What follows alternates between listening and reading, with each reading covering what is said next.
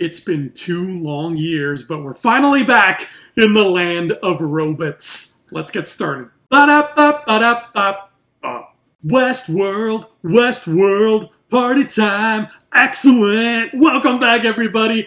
I am Andrew Fantasia. This is Thumb Together TV, and today we're going to be talking about Westworld Season 4, Episode 1, The Auguries, together. As usual, if you enjoyed this video, please feel free to give it a thumbs up and give some love to that subscribe button as well. Welcome back. What a beautiful thing to be back here talking about Westworld and all the crazy robots that can be found within. Now, as per usual, when it comes to season premieres of prestige HBO shows, normally you're not getting a whole lot of big plot. You're just sort of getting here's the chessboard, here's where all the pieces are. Tune in next week to see the pieces move around and start bumping each other off the board. Game of Thrones did it, Succession did it, now Westworld is doing it, just like it did last season. First of all, that title, The Auguries. What is an augury? An augury is an omen, a prediction, a sign of things to come, which, yeah, I mean, every good episode 1 of any show ever should be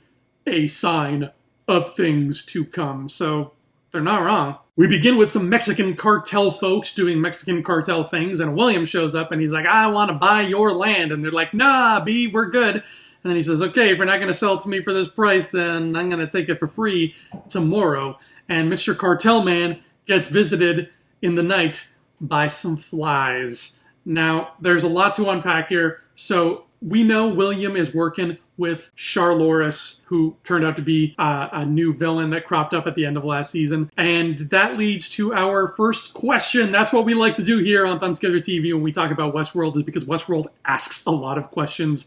So I'm going to ask a lot of questions. The first of which is, what does Charloris want with this particular land?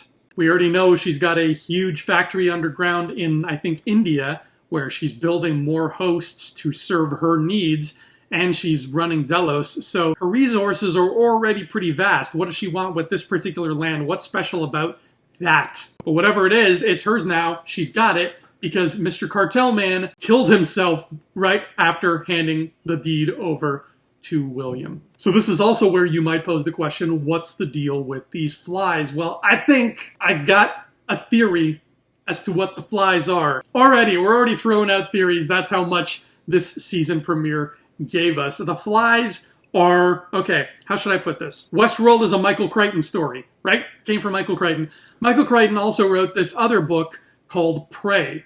Now, spoilers for anybody who has not read Prey, but in Prey, there is a monster that looks kind of like the monster from Lost, and it looks like it's made out of smoke, and it turns out it's not made out of smoke.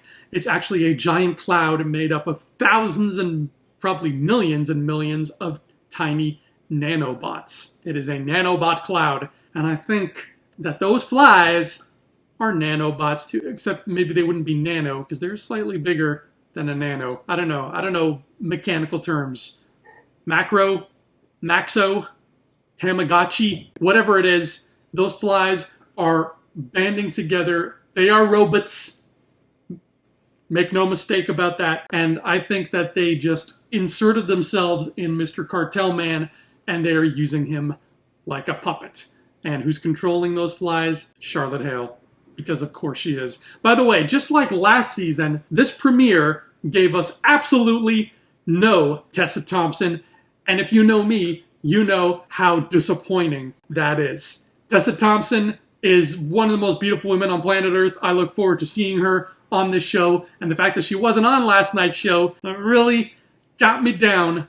HBO, come on. Where's my Tessa at? I got a fever, and the only cure is Mo Tessa. We get to see a little bit of where Maeve is, and Maeve is living off the grid in some cabin in the middle of nowhere where she's meditating and kind of learning to hone her powers a la Obi-Wan Kenobi until she is attacked by not quite J.K. Simmons and a group of hitmen who she easily dispatches. And she finds out, hey, they're working for William, which means in turn they are working for Tessa. And we get a slice of what Caleb's life has been like over these past 8 years. That's how long the story has drawn out since the end of season 3. And those 8 years, Caleb moved pretty fast because it looks like he's got an 8-year-old daughter. That kid is at least 8. There's no way she's younger. But it's cool. Caleb's got a daughter now, so he's trying to live a normal, happy, healthy life. He is doing what Rehoboam would not let him do. And I think that's beautiful. That is right there a testament to what Dolores did. And it's a sign of Dolores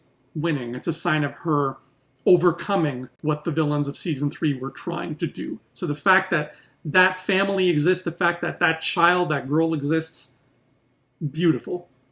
Dolores would not be happier. Now, speaking of Dolores, let's address the brunette elephant in the room. Dolores Abernathy died. Dolores Prime died, saving the world from Rehoboam. So who is this lovely lady who just happens to look exactly like Evan Rachel Wood, just with dark hair, living in this condo, and all of a sudden she's here and she's named Christina and she's a new character that we've maybe, possibly, kind of, sort of, maybe just about have not seen before? That's our big question of the episode, I think. Question 2 here is just, what's the deal with Christina?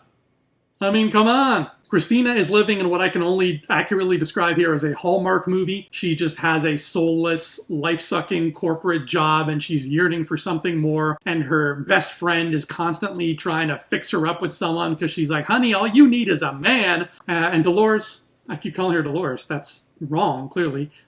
Christina is working for a company where she writes video game stories. Christina is just unhappy in her life, though, and she gets fixed up on a blind date, but it is not working out. She can tell. We can tell. This dude is clearly the kind of guy who buys NFTs. It is not going to work. But that's okay. Another man enters Christina's life, a man named Peter. But no, wait, he's not a normal man. He is a stalker, and it looks like he wants to cut her throat. Peter says he is, from what I gather, coming from the game that she is making. Something about her making games causes Peter to be doing what he's doing. We don't even know how he got her number. This is all very, very strange. Obviously, this whole Christina thing is a bundle of questions, because it leads to our next question of the day, mainly being, what's the deal with Peter? I mean, come on.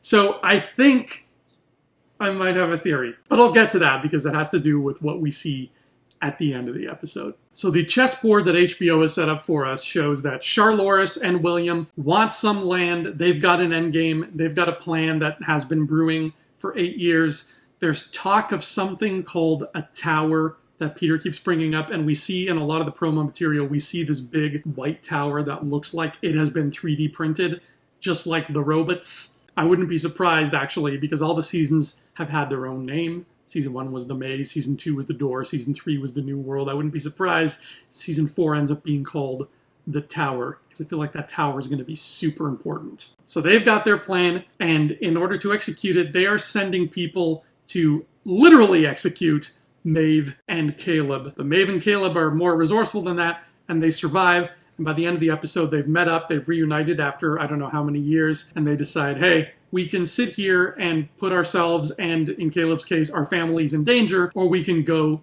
cut this thing off at the head. And that's what they end up doing. They set off to right this wrong and stop Charloris once and for all. But then an interesting thing happens, because while Caleb's daughter is leaning out the window, she drops her bear, she loses her teddy. Meanwhile, Christina is gaining her teddy because James Marsden is back on Westworld.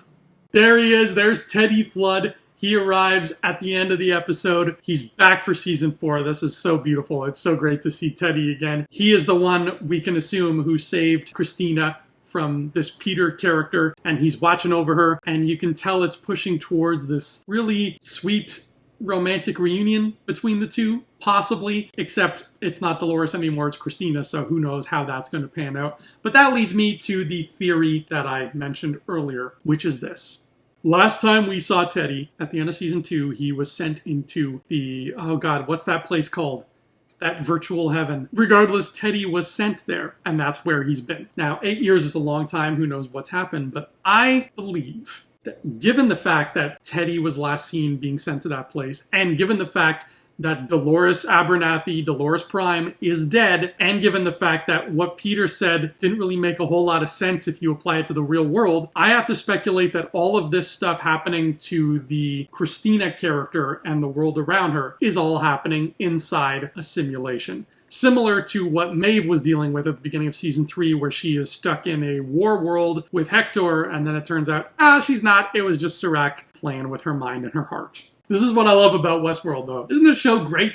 It just bombards you with stuff, and you turn into a raving madman while you try to fit all the pieces together with twine on a corkboard that I may or may not have erected on the side of my house and may or may not have had the neighbors call the police on me. Don't judge me. This is a great show, but it raises a lot of questions, Officer O'Daniels. But anyway, that has been Westworld Season 4, Episode 1, The Auguries. I am so happy to be talking about this show once again here on Thumb Together TV. I'll see you all here next week for Episode 2. Until then, my friends, don't forget, these violent delights have violent ends.